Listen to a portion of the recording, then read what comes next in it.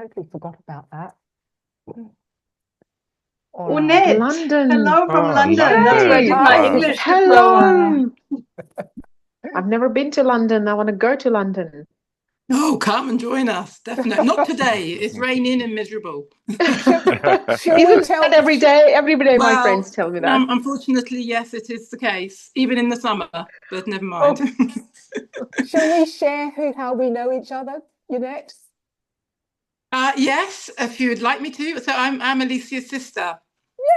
Wow. Like a real Look sister? at Yeah, that. she's Like my a real real sister. sister. Oh my Yeah. God. Oh She's my come God. she's come to make sure that, well, let me tell you, my sister was really a great help in getting my book published. I'd gone out and had all this stuff done, and she read it and went, "What is this? Change that, change this, change that." Thank God I had my sister to do that for me. Welcome. Thank All you. right. Who else have we got? So we have now 15. So panel, what would you like us to do? What would you like us to do? Shall we? Can I say, Alicia, yes, as an please. expert in human behavior, I can see my friend Mason there. Yes. And Mason is saying, get cracking, guys. Stop the chitter chatter. Is that All correct, right. Mason? Yeah. Let's Okay. start. Good. Okay. Okay. Great. I wouldn't put it that way, but yeah, thank you. I'm just a good translator, that's all. All right, great. Well, let me kick this off by putting in the chat the definition of the sponsor that we are going to focus on tonight or this morning. Can you all see that? That I've just put in the chat now? Yes. Yes. Okay, so before I introduce the panel, I just wanted to clarify that there are different sponsor types, and the sponsor that we are focusing on is the executive sponsor. So the executive sponsor with the ultimate authority and accountability for the change. Now, most change programs, as you know, have supporting sponsors and champions who will champion the change in their own area. But tonight, or wherever you are in the world, we're talking about the person at the top. So that's what the definition that we would like to focus on today. So now I will differentiate with the other type of sponsor, if you'd like, but I don't think I need to do that, because I think I've already explained that the two types of sponsor. The one we're focusing on is the man or woman at the top and who has overall accountability for the change. All right, so let me go ahead and introduce our incredible panelist and hand it over to them shortly. So let me start off with Harrick Snow. Harrick is a change leader, ProSci certified practitioner and a clinical psychologist who's worked across the USA, Europe, Africa, and Australasia. Harrick has worked at the intersection of psychology, leadership, and strategy, and his skill set really is in being able to help organizations thrive in the face of disruption. I won't get Harrick to speak just yet because we've all got elevators pitches to come. Then I wanted to move straight into Hatem. Hatem is in Saudi. I didn't say where Harrick was, but Harrick is in New Zealand. Hatem Shihab is in Saudi, and he is a change practitioner, change leader whose focus goes beyond plans and communication. His work centers on activating leadership, especially sponsors, so change is moved from intent into adoption and from endorsing into modeling it. And Hatem's work sits at the intersection of leadership behavior and belief and execution. Just 1 second, I just need to admit Sandy. All right, thank you. I'd like to introduce Uta Diversi, and I hope you guys are waving. Uta Diversi is a highly experienced human resources organizational change and learning and development specialist who has over 30 years of expertise across various industries. And she is known for her strong expertise in organizational psychology, executive managerial leadership, coaching, and strategic change leadership. And I've known Uta for many, many years. I've even worked to Uta, and I was so delighted that Uta said yes, that she would like to be on the panel. She has successfully implemented numerous high-impact projects, including business change management for large government organizations. So I'm delighted. Also, Sudesh Dyer is in Sydney. Welcome, Sudesh. Sudesh is a change consultant, change director who turns tough programs into nationwide success. With over a decade guiding organizations through retail, telecom, cyber, mining, and government transformation, she knows how to make change stick and make it work for people. All right, so can anyone give me a quick count of how many 2s or 3s we have in the chat about sponsor visibility? Can anyone see what's in the chat?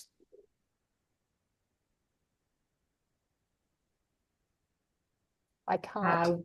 We have 3 3s, a 4, sorry, 2 4s, 3 3s, and a 2. We've got 1 4. 1 4. Yeah. Sorry, yeah, actually, no, it's 2 4s, 3 3s, and 1 2. Oh, well, that just shows why we needed to have this conversation tonight then, because we've got 2s and 3s. So I would like to kick this off because we want to have time for people to, because it's just a very short cohort. I'll just admit Tracy. Welcome, Tracy. As a small number of us here, please put your questions in the chat. And if the panelists could help me as well by alerting if I've missed any questions in the chat rather than wait until the end if there's a pressing need. So I'd like to kick this off, if I can, with yourself, Sudesh. Could you give us a little bit of where your focus is on tonight through your lens? Because we've got organizational psychologists, we've got clinical psychologists, and we've also got yourself and Hatem with the strategic change view as well. We've got that neuroscience on Uta. So all of that coming together, I would like you to share your views on sponsorship visibility and how we could improve that. Thank you, Uta. Not Uta, Sudesh. Thanks. Thank you, Alicia. So what I want to dive in today is what is often ignored in any project. It's not just the IT project. I've done merger and acquisitions in the past. I've done like lots and lots of IT projects. I've done people change across where, structures have changed. And the secret to any project success is that executive sponsorship. So when I go in a project, it's always any change manager should challenge the status quo. We should show why true sponsors are not just the people who are signing the papers, but how active leadership and those active leaders who are removing the barriers are role modeling the change and they drive the adoption and the optimization beyond that go live of that project. So if everyone who is on this call today, if you're really tired and sick of your projects stalling, it's not because you don't have a great tech. It's not because you don't have enough budget. Sometimes the problem is the sponsorship. And that's where with this session, you will get those practical insights on how to get your leaders on board and to own that change and help your project succeed. And that's when the delivery of your IT project and your sponsorship engagement will go in parallel. They will not like be which one takes priority. So that's where you need to work with your sponsor to lead that project. Thanks, Sudesh. So I have a quick question for you though. So when you say work with the sponsor, at what point should we try and engage with our sponsor? Is there a time frame for doing this? How do change managers partner with their sponsors? Sure. So I did a small survey a few years ago, and that was just with the change cohort I was working with. And a lot of times change management is brought in so late into the program that sometimes it doesn't give us enough time, but also sometimes it wants us to make us work harder, go that little bit further, but we still need to engage our sponsor. The first thing at any time you go in a program is to ask, who is my sponsor? What is their priority? How much are they visible right now? How does this program impact them if it fails? What are their personal outcomes out of this? I have been in a program where a sponsor refused to support the program, even though they were the sponsor, but board approved the program because in his tenure, he did not want that project to go ahead because he knew that the project will fail. The program wasn't there and he didn't want to support it. He didn't want the visibility. And that's where it is very important for us to be engaged early on so that these risks are raised before the implementation starts. But that's what happens in every program that I've seen. We are engaged at the implementation. We're going live, we need comms and we need training. But if you're engaged early on, we can build that sponsor roadmap of communication and engagement and how to lead that change and understand what their motivation is in this program, why they want to support this program. And if they're not aligned with the whole board or the other leadership, then we need to make sure that they're aligned. They have a vision. The vision is clear for that program. Absolutely. So early on is the best. Earlier on is the best. Absolutely. Thank you so much. Can I go over to yourself, Uta? I'm going to lead with the ladies first this evening. Thank you very much. And I'm sure Harik will sort of reinforce my pitch. So I'm coming from a neuroscience point of view, because when we talk about change manager and sponsor, we talk about two brains coming together and meeting. Part of the challenges is only about 40% of sponsors actually understand their role. They actually understand the importance, and that's not just sponsor that goes, beyond that. That's leadership, executive behavior as well. One of the big challenges I see is that the sponsors, because they are executives and on IT projects, they're engineers or they come from an economics or accounting background typically, they actually operate at a different level, a literally different cognitive level, and then the whole biochemistry comes to play as well. So we as change managers can't just come in and, like for me, for instance, working on the inside, like let's say manufacturing, that was a classic. I couldn't just go and talk to the sponsors because I knew they didn't understand me. I had to change my language. I forced them to learn 3 of my words, and one was retention rate, for instance, because they just simply refused to understand me. They are in the why space. Why is this going to happen? And they often think, part of that cognitive and strategic thinking is, I've hired this change manager, I pay the money, they're going to make it happen. And they don't understand how they're actually accountable. They have duty of care. They're accountable for creating, psychosocial environment that is actually safe for everyone. That includes the change managers. And they often don't understand that they're resisting and they're actually change resistant themselves. So that is what my experience is. It's different when you're a consultant.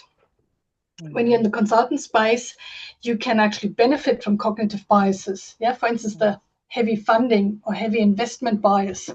So because they fork out a lot of money, the sponsor automatically is open-minded towards listening, to the consultant. So there's a different relationship happening. So I'm hoping that Harik will sort of reinforce that a little bit. So coming from the neuroscience point of view, the big challenge is we have to adjust, but at the same time, it's a partnership. And what I always try to explain is, yes, there may be a hierarchical pecking order. And yes, I'm, at this level and you're at that level, but human to human, person to person, we're actually equal partners. And that in itself is a very interesting conversation. Thank you so much. I've got an early question before we go over to Harik, but I do like what you've just said, that human to human, we've got to remember it's human to human and to understand the difference. the different routes of where each of us are coming from. And I do like what you said before, you know, we need to, no, it wasn't Gustav, it was Sudesh, understand where the sponsor is coming from, that early connection, understand, because we could be wasting your time. And I love the fact that you force somebody to learn 3 words, at least 1 word, retention. So this is Sandy's question here. And I am having, can I see the view? Can you see that to read that out properly, Uta? I have. Yeah. Yeah, can you please read it out so that we can hear it as well? Yeah, I can read it. Yes, so the question is, in my experience, senior leaders have a sense that they understand change management and leadership that later reveals itself to have some gaps. And those gaps can become very impactful. I would be grateful for any tips and tricks the panel has collected for how to disrupt that overconfidence quickly and gently enough that the team is able to offer refresher training specifically when they're inside the APS. I think that's an excellent question. I do have an answer, but I'll wait for other panelists if they would like to answer first. And could, Sandy, when you say gaps, do you have a little bit more clarity around what those gaps are from your perspective? Yeah, sorry. What are the gaps? I think they can be quite, maybe I'm being quite diplomatic, because people have often claimed to understand change management and just really have no concept of the difference between project and change, and a very, I think, shallow understanding of what we need from them in terms of being the figurehead for change and speaking for us. So yeah, maybe I'm being a little bit diplomatic there. I think there's people often just say it's comms and training and leadership, and I'm across all of those things, and so jolly good. Let's carry on. Yes. Yeah. No, I'm glad that you clarified what those gaps are, and that comms and training view. That's where the devil lies. It's quite scary, because before you can actually understand comms and training, you need to be able to manage risks. You need to understand where those impacted stakeholders are. You need to understand what their issues are. There's a whole myriad of things. Who wants to tackle that question? I would love to, because I've been thinking, because I read that question as soon as Sandy popped it in. I was like, that is a challenge I've had with few sponsors in the past, because yes, they are leaders and we respect that.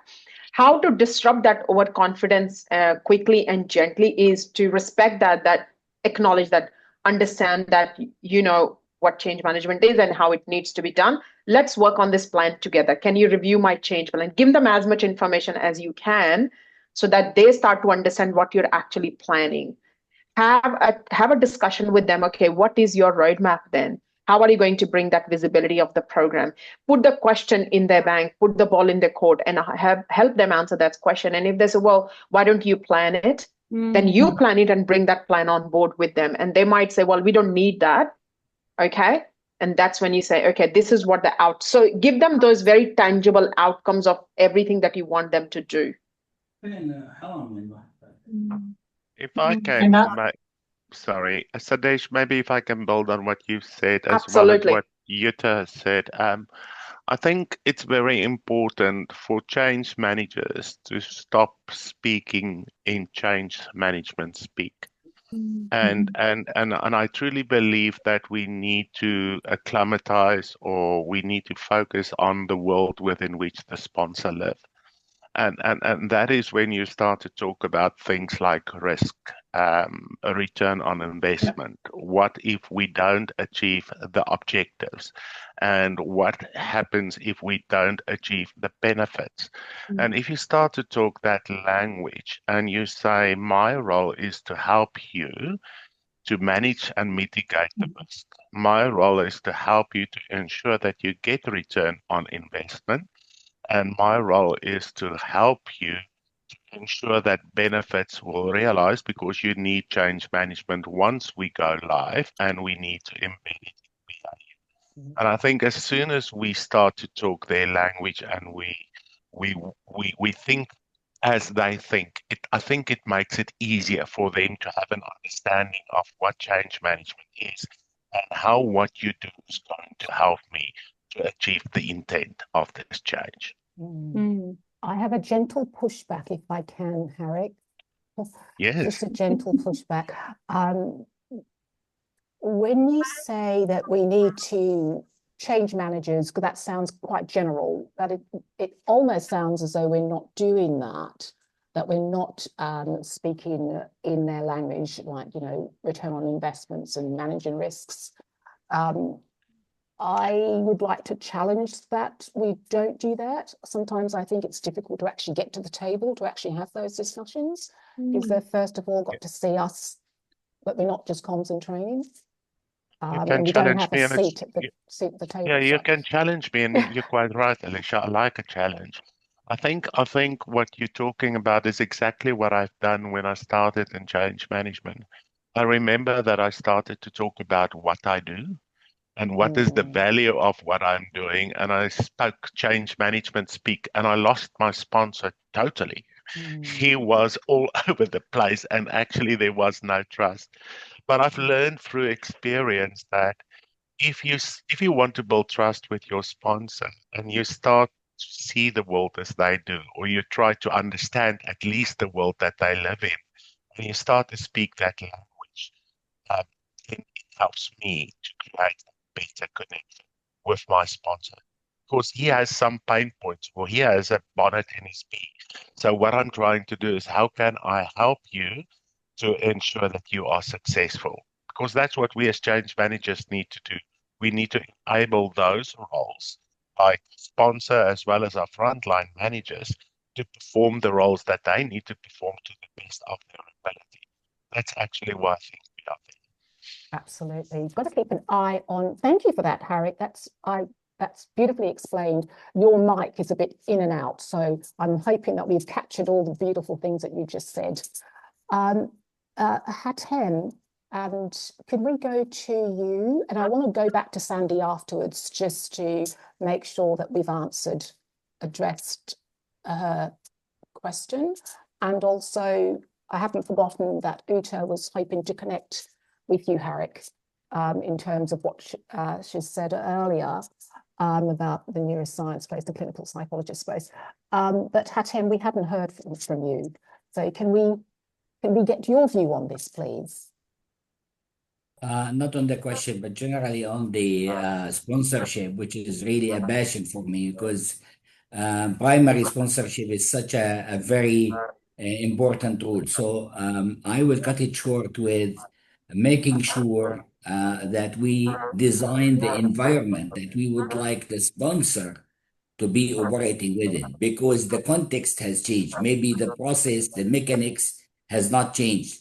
So let us not wait for the sponsors to be engaged, but we have to design the environment, if you like, where we want him to be engaged, in the sense that, and that leads us to many of the strategies that we use. First of all, I always try to move from we don't know and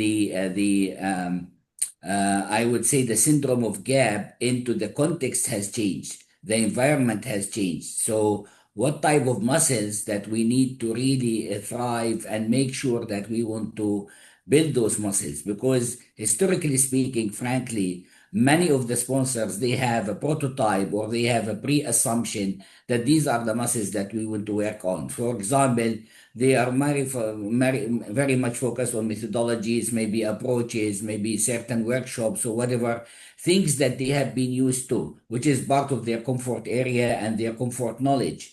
Now, when we are talking about transformation, disruptive transformation, when we are talking about digital and IT transformation, do we have digital leaders? So I asked them, I mean, you want to have a digital transformation, which is very sophisticated infrastructure, but are you digitally thinking? Are you able to let go many of the crazy things that you do, including 10 signatures over a note or a memo or something? So sometimes really it works very well because you design the environment that you want to work on. And that brings us to really a very strategic thing. Remember, transactions and activities does not change the what we call the behavior. What changes the behavior is the mindset that we create to make sure that the sponsors are really engaged in role modeling certain behavior so that people can emulate. So when we bring him into that area of thinking, we create a role model, a persona for him to emulate so that we say, okay, you are now sponsoring this change. Are you emulating the same thing? Are you behaving in line and in conjunction with the transformation that you are already projecting, or you are really advocating, or you are, just doing the speech and the ceremony, and then after the maybe 1 year in a household meeting, we will see you after that. So Yeah. moving him from a ceremony approach into more an engaging, pulling the sleeve approach. So that's that. I would really conclude that. So this Thank is you. my take on that. Thank you. Good. That's our challenge, isn't it? That's our challenge. And I do like what Uta's put in the chat, that executive leadership is incredibly hard. And what I like to think about as well is that when the C-suites have been brought on, CFO or the CEO or the coup, no one has ever possibly said to them at some point, you're going to have to manage this multi-billion-dollar project. Could you mute those that are not muted, because I've got a lot of background noise? Please mute. You just wonder, how are they going to be equipped? And nobody wants to feel incompetent or foolish. And so it is our role, our job, I think, and it's to partner, and that's what we're saying, to partner with our sponsors. And earlier on, as Sadesh said, go and identify who they are, where they are, and try and map out straight away, what's in it for them, get to have a view of where they're coming from so that we can manage these risks earlier on. But yes, they do carry a lot on their shoulders, and we're here to make life a bit easier. So thank you for that. Peggy, are you wanting to say something? I know you flash up on my screen a lot, so I'm not sure if I'm missing something. Please tell me or put it in the chat if I am. Do we have any other questions? Hang on, I do have another question here. Another question. What is the panel's Yes, we actually have another question from Sandy. I'm just reading it out. Uta, hang on just one second. What is the panel's favorite ways to influence senior leaders' mindset? Where on the inside, and then showcase that, and then showcase that for organizations so it influences others. Any tips about the usual fireside chat style activities? I know you've got something to say about this, Uta. I was actually hoping that Harik might have some good insights, or Khatim. Number one, definitely move from an event approach into a moment approach. What are the critical moments that makes or breaks the transformation with the sponsor being involved, entrenched in the transformation? So make the decision publicly aligned with the mindset, the new mindset, maybe reverse the old practices visibly today. And by the way, I'm not talking about a presentation here. I am running a workshop and I drag two sponsors and I'm giving them hard time on how do you reverse the old practices visibly in front of 40 people sitting next to us now in the workshop. So the sponsor, is a risky symbol for the change.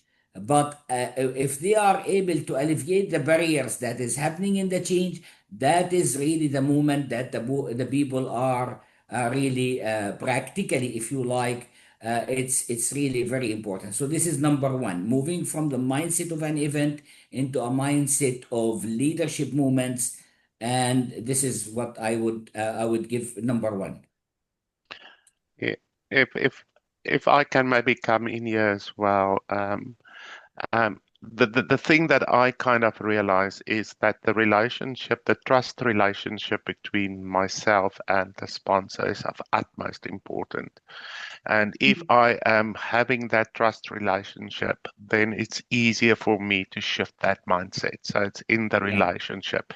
The other thing is, if I don't have a relationship, I do one of two scaly things. I think the one is make best friends with the executive assistant, because that's helpful to get time in the diary of some sponsors. And the other one is, who does the sponsor trust in the organization? And then build relationships with those people and see if they like-minded in terms of the mindset that I would like the sponsor to change, and to utilize them to help you to achieve that. So those are just two things that I've used in the past. That helps me a lot. I love that. I love that. I love that. That building relationships, isn't it? Get near to the person that's already got the blessing or that history, that trust built up. Yes. That's so important. I love that. That makes a lot of sense. Alicia, I might come in. I'm just thinking about, I was actually in Sydney in the finance industry. Typical accountant, sponsor critical, had just come back from doing an MBA at Harvard. So big brain, full of ideas, but didn't trust his Aussie team. And what I did with him, I sort of walked the floor. As we walked the floor, talked about what was happening, what was going on, what challenges were, how people were reacting. And we also started meeting with the head of our social club, which was not just a drinking and pizza party club. It was actually a real social club. And so that sometimes works as well, if you can link them up to people from the inside who are willing and open to be honest. Because I think what we haven't really met here yet is that digital transformations, and I guess our crazy world, what's happening globally, means that a lot of executives are in a threat state, constant threat state, and they want certainty. And we are in the complexity, in the uncertainty, in the opaque, shades of gray space. And that clashes, and that makes it so difficult. So it helps having inside people who translate. Absolutely. I agree. Absolutely. Did you have a comment to add to this, Sudesh? It's a really good question, because one of the points that has already been raised is to find another leader who is already close to the leader you're trying to influence and do something different. Now, I want to answer this with a real example, which I did a few years ago when I was working on a program. And our CFO, who was a sponsor of the program, was not very much aligned with the program, and the understanding of what people need from that product was different from what people actually needed from that product. We did a vision board exercise. We were able to convince the leader who was close to this leader to join, along with the leader who wasn't aligned. And we did not ask them to face each other. We had the room divided into two, still in the same room, where people here, the business users who are impacted, and leaders on this side, and create a vision board of this product that they both think that they need to solve these problems, and what are we actually trying to solve. The vision boards were completely different. They were different. Now, this is where that leader came on board. And the biggest thing I've seen with any leader is acknowledging the problem that, yes, we made a mistake. Yes, we're going to pause this. And that was the leader that people will look up to all the time and say, we want to hear from him or her, because that person is actually acknowledging the problem and the mistake they made, which means they're not perfect. They're just like us, who can make mistakes, but we move from those mistakes and we try to rectify them. So that's one of the things I really like to do with leaders, if we can convince them to come on board and do some experiments with us and openly accepting their mistakes. Another very quick tip, without taking a lot of time, is if you see a problem where your leader is not actively supporting the program in a sponsorship way, have those conversations one-on-one. Don't raise them in any board meeting that people are resisting or people are not seeing this, we need to do this. Have those conversations one-on-one and ask them the direct questions. How do you want people to see you as a leader? What do you want them to see you as? How do you want to motivate your teams? How would you mentor your teams? What is the real outcome you want from this program? And that's when they will come on board and try to solve those problems with you. So that's when you go with the solutions. Don't raise them in any other public forums. Mm-hmm. Definitely not. I absolutely agree with that. It's wonderful. Yeah, that one-on-one, and you get more honesty then, yes? Who wants to be shown up at a boardroom? And yeah, can I just interject very quickly? And I think you might want to talk about this. Okay, it's okay. Often it also, so it helps to create cognitive dissonance. Because our exec leaders can't hold two, opposing, that's what Sudeshwar said, opposing ideas at the same time. So, you can't talk about risk mitigation and achieving those outcomes and achieving those benefits, but not be engaged and, not be a great leader and not, follow your values, etc. So, and again, it might not be us who say it, it might be somebody else. Sorry, Hatima, I interrupted you. And I know what you mean about holding two separate ideas. I'm struggling to monitoring this and listening to what you're saying, and that's not even hard. I think what she's saying somehow, we because we have competing values. I don't want to say competitive values, but competing values. So between what we do. So today, for example, just to put some flesh over the author's perception, what gets funded, what gets tolerated, what gets delayed.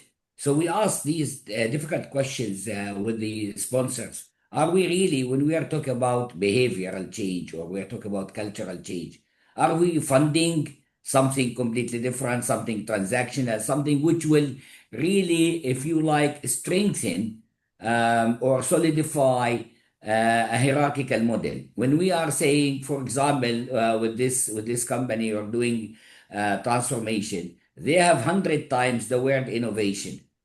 And when it comes to psychological safety, it's below zero. Can you imagine? So you're silenced on somehow, but you are expected, and your KPIs is that you have to be an innovator in your own domain. So you have to innovate to make sure that you are moving from a cost center into a profit center. Fine, okay, I love that. But the actual thing on the ground, and that is absolutely not only nuisance, this is absolutely garbage, because it does not really allow you to do whatever you want to do, because your KPI is hitting you on the paper, but an actual thing is something different. So that's why we have to ask the hard questions: what we are tolerating, what we are funding, what we are delaying, what we are rewarding, and what we are not rewarding. I think this is very important. Thank you. I also wanted to put in the chat, how often do we want our sponsors? Who in the room now, I know the 2s and 4s and the 3s, who has a good relationship with their sponsor? You're able to say to him or her, I need you to do X, Y, and Z. I need you to be on in this meeting to break down this particular barrier. I need some real strong support. Who has that relationship with their sponsors at the moment? You do, Messan? Where I are do. you? You don't, or you do? No, I do. You do? I do. Yeah, that's fantastic. Where are you? You're in Canberra, aren't you? No, I'm in Sydney. You're in Sydney. I am in Melbourne. And you do Messan, you do? You have a good relationship? Yes, and that actually brings me to a question that I wanted to ask the panel, if that's okay. And that's around the access to the sponsor. Yes.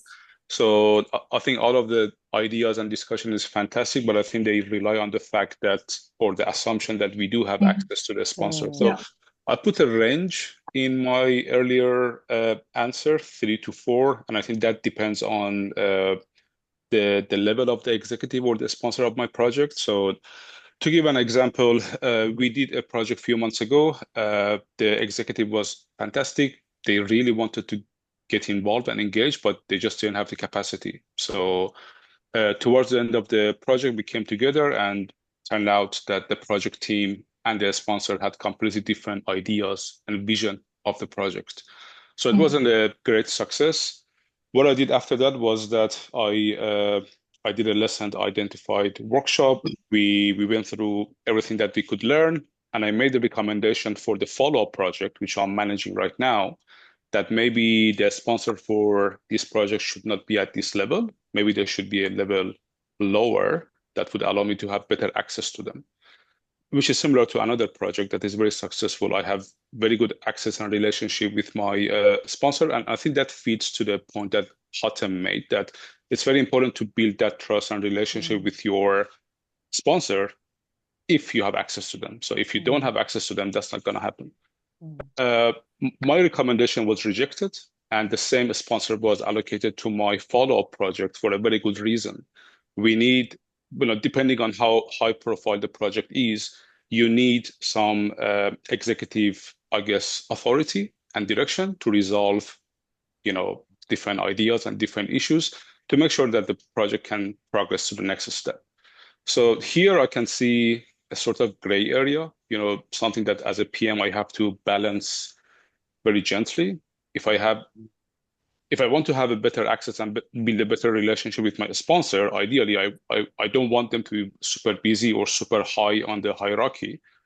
Whereas if the project is big and if there are lots of competing ideas and personal preferences, then I would need someone who has the authority to make decision, which means that I probably won't have access to them.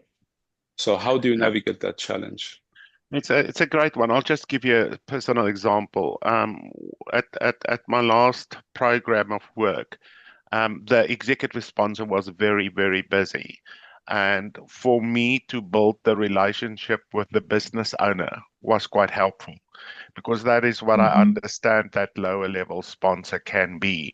And there was a lot of delegated to the business owner, but through the business owner, him and I were able to agree that there were certain things that the executive sponsor should be doing and needs to do. And then what the business owner did was go to the sponsor first, because they already had a relationship, and then at the next meeting say that the change manager would like to be in this conversation. And that was quite helpful in terms of showcasing and to say to the sponsor, there just this one or two or three things that we can't delegate to the business owner. That's something that you would need to do. And the sponsor then bought into it, I think, given the relationship between him and the business owner. I love that. I love that. Thank you. Does that work, Nessun? We've got a couple of messages in the chat. That was a very good feedback. Yeah. And one more thing, if I may add, just one single thing. Remember, guys, I think, Alicia, you put a very smart question. It's not about frequency. I don't want to see you, Mr. Sponsor, every now and then. I want to see you in times of uncertainty, in bad times, not in good times, not in celebration. So it's not about frequency, it's about the signals that you make across the organization. So that is what is my expectation, whether it is implicit or explicit expectation to the primary sponsor. And I sometimes make it very bluntly. Don't show me your signals in the good time. I need you in the bad times, when people are struggling, when they have a change fatigue, when they are uncertain, when they're questioning, trust and so forth. So this is very important. Thank you so much. A very good point. Very, very good point. Sudesh or Uta, whoever can see the chat, I've got 3 in there. The first one was from Catherine. Could you read that out, please? We're on 7:54. Catherine, do you want to talk to it? Yeah, can you read it out as well so I can hear it, see it? Because it's too small. I can't see it because I've got managing a few other things here. Yeah, no worries. I can do that. So my question is, I have a good relationship with my sponsor, and actually she's an excellent communicator. She's indeed on board with the change. So she's more a 4, not a 2. My challenge is that she has asked the project team and myself, who we are all consultants, not to engage with any stakeholders. So as you can imagine, this just makes it so difficult to do your job properly. So quite often I'll find out about what has been spoken about or who she's engaged with well after it's happened, as does the rest of the team. Interesting. Uta, you'd like to respond to that? Yeah, and somebody like Sylvia said, well, how are you supposed to do your job if you don't have access to the stakeholders? You know, it's just amazing. I'm not being the set stakeholders. It's weird. Yeah, being set up to fail. And then I sort of popped in that, yes, you can, because every sponsor, you know, remember they're responsible and accountable for building that sponsorship coalition. So they can, you know, delegate things down to the business owners and other, you know, like the technical expert, the enterprise architect, you know, whoever the business lead business analyst, for instance. That was a case I've seen before, except for that relationship part of the, you know, of that program. And I think that's what Hatim was talking about as well. You know, like in good times, you can even send the EA to hand over a bunch of flowers. But in the tough times, when the tough conversations are needed, that's when you absolutely cannot delegate the relationship part of the relationship of your job as a sponsor. And that is what happens, because remember, these guys are often in a fear stress, like threat space. You know, we talk about cognitive state. And so that's where we can come in again and help them with the loss and try and take that threat away from them and get them out into the executive brain again and go back to decision making, go back to problem solving, go back to data analysis, to bring them up from, you know, gut feel reactions and from avoiding people. Because also we have to know that a lot of them are introverted. And again, Harik, you know that better than I probably do. Yeah, they're introverted technical people who have been trained for years and years to think in a certain way. And that makes it very difficult then to all of a sudden feel like a show pony. And I guess that's how they often see it. Yeah. Because of the training and comms bit. And it's quite helpful for us, Jutta, to understand that, because that's the kind of world that they live in. And they also sometimes, a lot of the time, have their own defense mechanisms just to be able to make it and to perform in that role. And even if you think they sit on a senior leadership team with a chief executive, they need to outperform one another, and they would like to shine, and they have lots of KPIs that they need to meet. So it's very important for us to understand that world so that we can relate and understand where they're coming from. I love that. Thank you so much. That makes sense. We have to be relatable, to be honest. Can I quickly add to that one? Do that, Suresh, we've got Gavin who asked a question in the chat. Could you read that out, please? I'm concerned about the time as well. So I was just replying to Catherine's question, basically saying I've experiences like hers before as a project manager, where you're told for whatever reason the project you're not allowed to engage with the stakeholders, and it's just hard to deliver anything when you're shielded from the people you're delivering to. It means from the outset you can't ever make the success that you could do. It's just I can understand why businesses do that sometimes, but it just doesn't reflect well on their business. It makes our job impossible.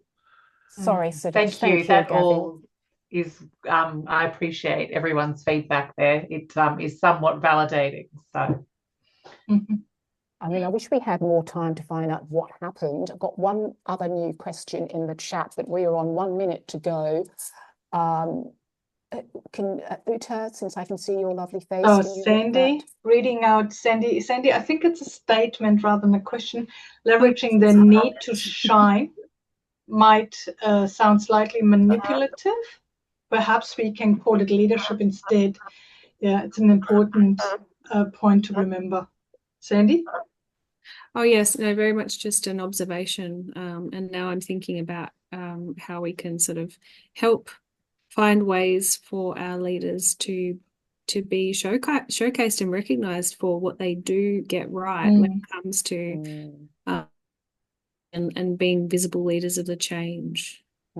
Yeah. Because I think it makes them feel uncomfortable. Remember, we kick them out of the comfort zone into a learning zone, and sometimes even a stress zone.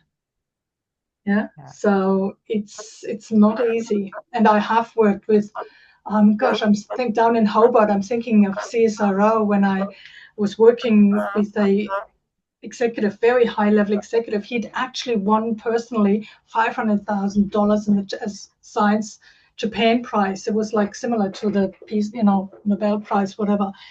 And he was so introverted, he was almost catatonic. And we did some road mapping, and I had to stand next to him. And he only wanted to be on the bench and do his science, but to be able to, work at a high-level scientist, he had to have people accountability, completely out of his, his natural personal way of living. And then to be, the show pony for the program or the digital transformation, that is hard. That's really, really difficult. And to be able to then recognize them when they do show up is really, really, really important. I know you've got something else to add, Hatem, but I just want to be respectful of people's time as well. So we're going to wrap this up in a minute. What would you like to add? And there's 2 more questions in the chat as well. 3 in the chat. Can we address the questions? I was typing my response to Catherine's question because I'm very interested in that question. So they are just my comments for Catherine to have a think about it, because if your sponsor is blocking your way, then they're more reactive rather than proactive. And that's where you give them the control that I'm fine with not going to the stakeholders. Can you plan an initial stakeholder engagement? You run it. I'll just support you from the back. So you're basically enabling your sponsor and saying, I'm enabling you. I'm not going to run it. You run it. You tell us when you would like to go there. And when they will see those reactions coming out and that resistance, and that's we can show that the data will show that the adoption is not there yet. So I think give them the control. If they want to control it, let them control it. Yeah, thank you. That's a good idea, actually, because then I wonder what the reaction will be. Have you actually tried that as well, Sudesh? I have done that in the past. And I think it was, and they were not saying that don't go to the stakeholders, but they were like, oh no, my stakeholders are very sensitive. You have to be very careful. And it's like, absolutely understand, and we acknowledge that. How about we plan it with you? You give us who you'd like to engage us first. You give us the names that let's go to these people first. Let's plan a session with them and let the sponsor be in that session and be the face of the change. I think that solves 2 purposes for you. One is you're giving them the control. Second, you're building that face of the change. You're enabling your sponsor to be like the face. Like everybody's going to be going to them for those access questions. How do I get access to this? Let them go to that sponsor. Yeah. I can't access SharePoint. You go to the sponsor. Yeah. I love that. That was a joke, but yes, that can actually I like help you. I like that. Turning it around a bit, flipping it on its side a bit. Why not? This has been very, very insightful. Have we all?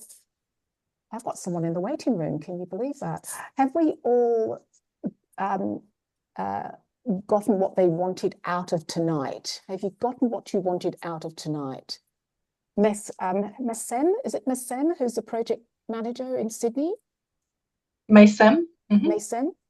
I think he left. He had to leave. He had to leave, yeah. I thought so. I was going to ask Messem if he had a change manager on his project, but we ran out of time because I'd have loved to have understood how that relationship worked as well. If he's having problems with access. Has anybody else got any final words to add? I will be sending out the recordings to everybody. I'm sorry I've missed 10 minutes of it, but it's probably good since we were laughing too much and it wasn't really talking about the subject in hand. And I'll also, if anyone's interested, I've put a link in there as well about a masterclass that I have piloted to some change managers globally. And they have found it very useful. If you're interested in that, I'll send a link out as well when I send out the recording. And if you have any, and please, please, please do follow and like our panelists if you haven't followed and liked them on LinkedIn, because they've always got things to say, and I love listening and watching what they have to say. And this is a lovely little community we've just started. So please, if you have anything else that you'd like to add, please hit me up or any of the panelists here. But I want to be respectful for our people in different countries, and it's 8:05.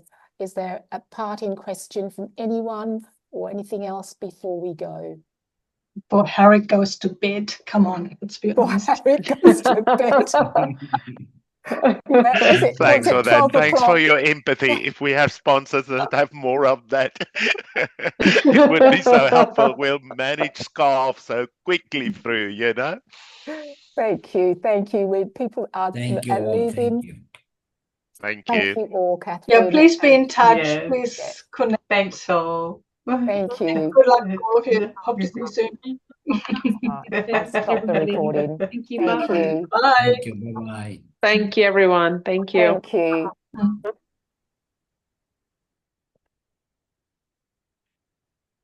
just trying to stop the recording. Here we pause the recording.